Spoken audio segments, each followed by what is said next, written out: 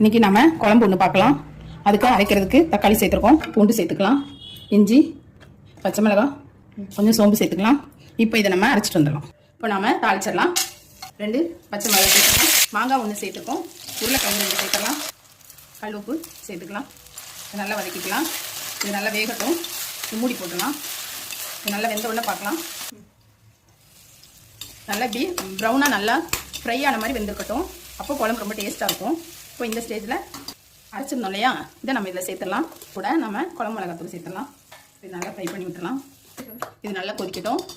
இப்போது குழம்பு நல்லா கொதிக்குது. இப்போ நம்ம தாளிச்சிடலாம்.